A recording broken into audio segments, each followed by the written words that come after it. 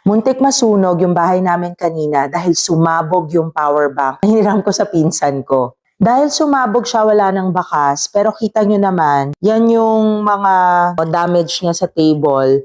Yan yung nagawa niya dun sa isa ko pang phone. And even dito sa mga upuan sa dining, ayan no, may soot pa din. Even yung carpet namin nadamay. Siyempre, hindi ko na napicturean or na-videohan yung actual na sunog kasi ang concern ko noon is to save our house. And dito lang naman siya linagay. So, dito sa table na to, hindi siya nakakabit sa any item, hindi siya ginagamit, hindi siya naka-on, hindi siya nakasaksak. Ang current ko na theory is dahil sa init, siguro nainitan siya, sumabog.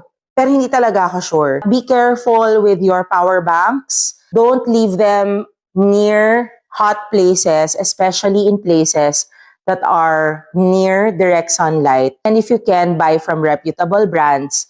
The one that I bought, the solar power bank, I think it's good, but it's currently sold out, if I'm not mistaken. If it's not yet sold out, I'll put the link down below. Nag-charge siya ng desaksak and also sa solar. And it comes from a good brand. I've been using that brand for a while, Bavin. Kung may alam kayo mga good brands ng power bank, please put them down below.